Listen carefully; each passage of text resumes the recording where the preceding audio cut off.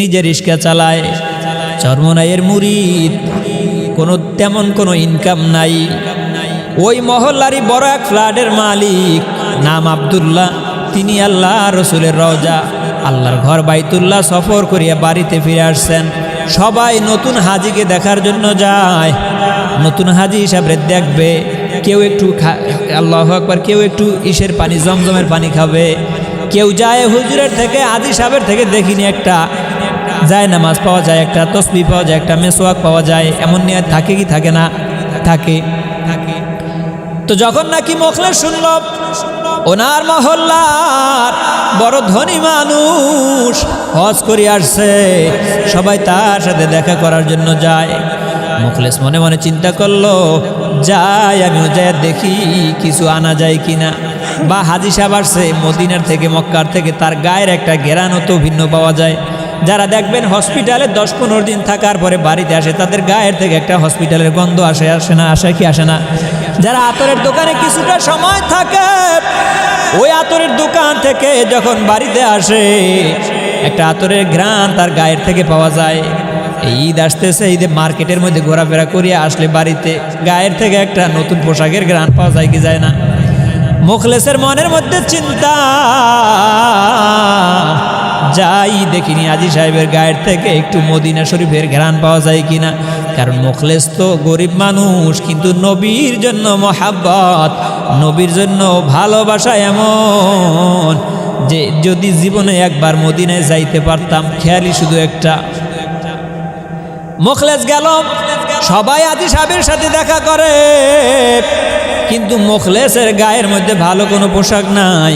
রিক্সা চালায় খায়, থাকে বস্তিতে, ভালো কোনো পোশাক নাই, যে একজোড়া ভালো জুতা নাই, যেই জুতাটা পায়ে পরিয়া পা পরিষ্কার রাখিয়া তারপরে হাজির সাথে দেখা করতে যাবে।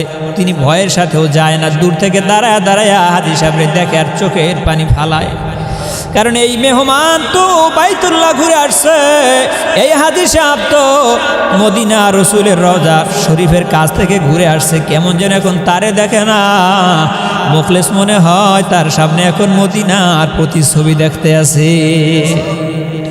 সবাই সবকিছু নিয়ে বিদায় হইলে হাজি আব্দুল্লাহ তাকা দেখে গেটের কিনারায় ভিক্ষুক বেশে একজনে বসে আছে। ডাক দিছে, ওই মিয়া তুমি কি চাও? সবাই তো সব কিছু নিয়ে গেছে, তুমি তো কিছু চাইতেছো না। এবার মোখলেস ডাক দিয়া কয়, হাজি সাহেব, শুনছি মদিনার অলিতে গলিতে মরুময় এলাকায় হাঁটতে জুতা স্যান্ডেল লাগে, পরিধান করা লাগে। আল্লাহু আকবার, মদিনা শরীফের তারপরে মক্কা শরীফের বিভিন্ন জায়গায় পরিদর্শনের জন্য স্যান্ডেল জুতা ব্যবহার হয়। ও হাজি সাহেব, আমি জমজমের পানি চাই না, আমি যায় নামাজ চাই না, তসবিহ চাই না, মেসওয়াক চাই না, খেজুর চাই না, আমি কিছু চাই না। আমি শুধু চাই ওই স্যান্ডেল যদি আপনি নিয়ে আইসা থাকেন হাজি সাহেব, ওই স্যান্ডেল জোড়া, ওই জুতা জোড়া আমারে দেওয়া যায় নাকি? করেন সুবহান। এরপরে হাজি সাহেব কয়, হ্যাঁ জুতা তো আমার কাছে আছে, আমি নিয়ে আসছিলাম। তা তুমি জুতা নেওয়ার জন্য আসছো? কয় হ্যাঁ। তো উনি হাজি সাহেব রাগ করিয়ে কয়, সবাই সব কিছু নিল, কেউ চাই খেজুর, কেউ চাই যায় নামাজ, আর তুই চাইলি মাত্র এক জোড়া জুতা। তো রাগ করিয়ে ওই জুতা জোড়া নিক্ষেপ করছেন আর গায়ের উপরে। উনি কষ্টও নেয় নাই, ব্যথাও পায় নাই, জুতাটারে বুকের মধ্যে কইরা নিয়া, পাগলের কাছে যদি কোনো কিছু দেওয়া হয়, রাস্তার কুরানো কাগজও যদি তিনি পায়, তিনি তারপরও বড় খুশি হয়ে যায়, কারণ সে মনে করে এটা অনেক দামি সম্পদ। ঠিক না ভাই? ঠিক।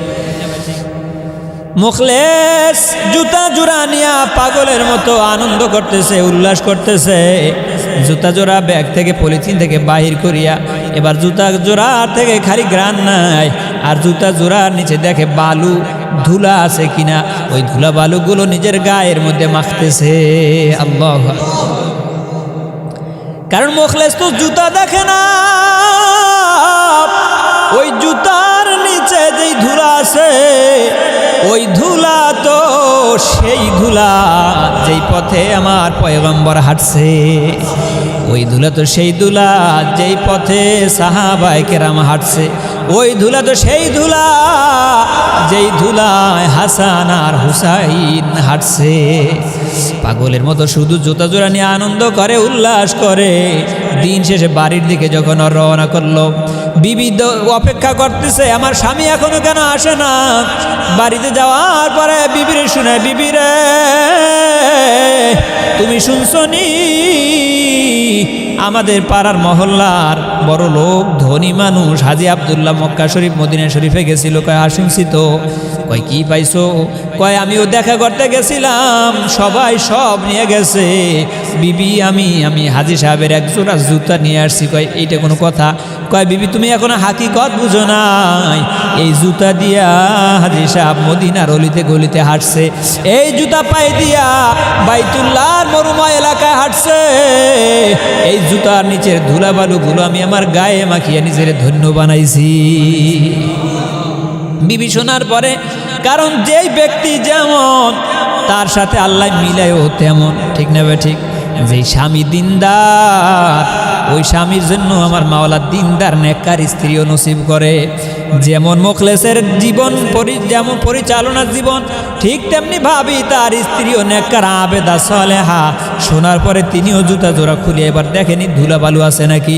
ধুলাবালুগুলো নিজের গায়ের মধ্যে মাখে আর জুতার মধ্যে চুমা দেয়। আসলে তো জুতার মধ্যে চুমা দেয় না, এই চুমাগুলা মনে হয় রসুলের রোজায় যায় লাগে।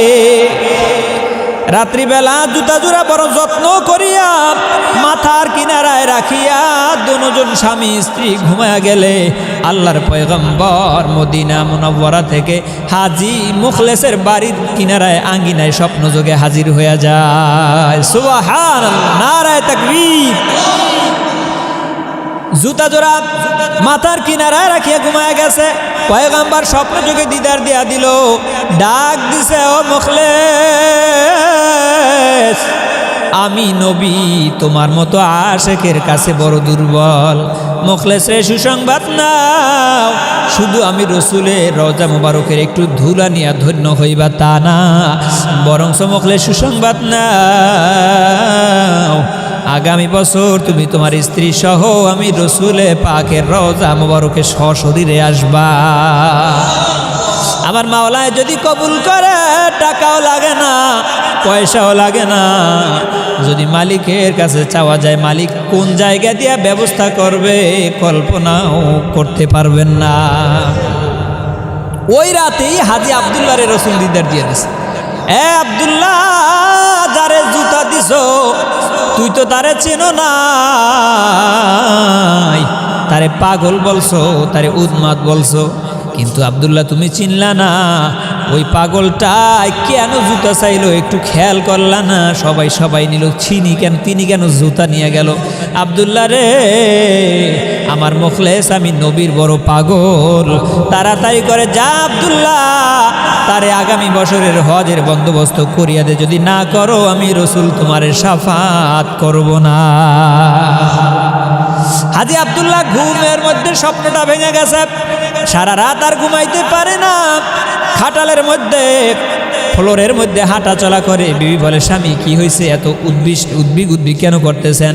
কয়, বিবি রে, মদিনার নবী এই মাত্র আমার ঘরে তাশরীফ আনছিলেন, আমার এই সংবাদ দিয়ে গেছে, আমি চিনতে পারি নাই। বিবি রে, মানুষ চিনতে আমি ভুল করছি, আমার খুঁজতে হবে কোথায় মুখলেস রে পাওয়া যায়। সকাল হইতে না হইতে ফজর নামাজের জন্য প্রস্তুতি নিয়া ফজর নামাজের সময় নামাজ পড়িয়া রওনা করলো, কোথায় মুখলেসের পাওয়া যায়। মানুষের কাছে নিদর্শন জানাইলে সবাই বলতেছে মুখলেস ওই মসজিদে ফজর নামাজ আদায় করে, ফজর নামাজ আদায়ের পরে জিকির আজকার করে, জিকির আজকারের পরে ইশরাকের নামাজ না পড়িয়া মুখলেস মসজিদ ছাড়ে না, মসজিদ থেকে বাহির হয় না, পিছন দিক দিয়ে যাইয়া হাজী আব্দুল্লাহ নামাজ পড়লো। নামাজ পড়ার শেষে মুখলেসের ডাক দিছে, ও মুখলেস, আয়া তুই নবীর বড় এত আশেক, আমি তোরে চিনতে পারি নাই, আমার সাথে আমার অফিসে দেখা করবা। অফিসে দেখা করার জন্য গেল, কিন্তু এত সুন্দর মাদুর বিছানো, এত সুন্দর গালিচা বিছানো, হাজি মুখলেস তো জুতা পরিধান করিয়া সেরাফারা জুতা দিয়া সাহস পায় না এই গালিচা দিয়া তারপরে ওনার অফিস পর্যন্ত যাবে। যখন নাকি সিসি ক্যামেরার মাধ্যমে দেখলো মুখলেস তার অফিসের সামনে চলে আসছে, একজন কেয়ারটেকার পাঠা দিছে, যা যা মুখলেসের ডাক দিয়া নিয়ে আয়। নিজে চলে আসছে, হাজি আব্দুল্লাহ নিজেই চলে আসছে, আইসা বলতেছে মুখলেস আসো, ভয় নাই। কয় স্যার আমি কেমনে আসি, আমার পায়ের মধ্যে তো কাদা। এবার কয় মুখলেস রে তোর কাদা, তোর পায়ের নিচের কাদাটারও বড় দাম, যেই দাম আমার এই গালিচার নাই। তুমি ওই কাদা সহ আমার অফিসের মধ্যে চলে আসো। অফিসে নিয়ে হজের বন্দোবস্ত করিয়া দিল, যাও কাগজ করিয়া দিলাম, বাকি সব কিছু আমি তোমাদের হজের আগে পরিপূর্ণ করিয়া দেব। টাকা লাগছে, টাকা লাগছে, পয়সা লাগছে, কি লাগছে? ভালোবাসা লাগছে, রসুলের প্রতি মহাব্বত লাগছে। কি কথা ঠিক না বা ঠিক? রসুলের প্রতি ভালোবাসার টান ছিল বিদায়, এজন্য আল্লাহ তাআলা ব্যবস্থা করিয়া দিচ্ছে। কথা ঠিক না? আমি হব মাদিনার সারা বেলা ঝাড়ুদার, রওজার কিনারে কেটে যাবে দিন আমার। মদিনা শরীফের ঝাড়ুদারও যদি আল্লাহ বানাইতো, ঝাড়ু দিতাম আর আমার নবীরে তাকায়া তাকায়া দেখতাম।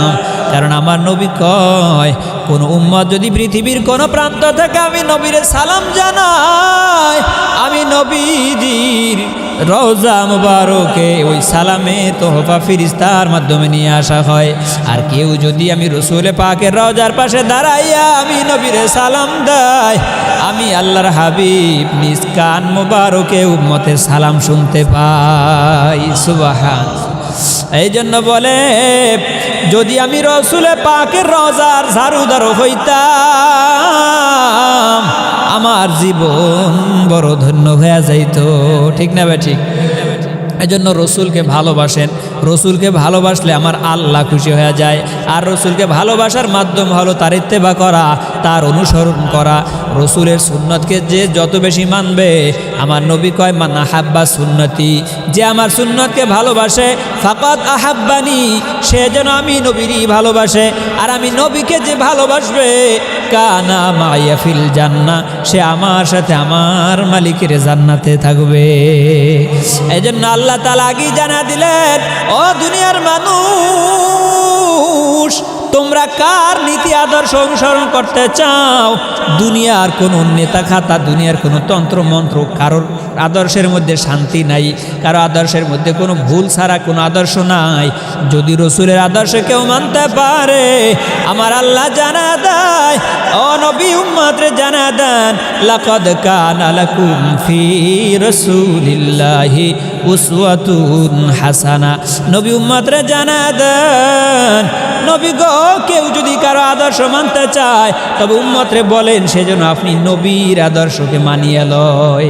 যে আপনি নবীর আদর্শ মানবে, দুনিয়াতে সে সোনার মানুষ হয়ে যাবে।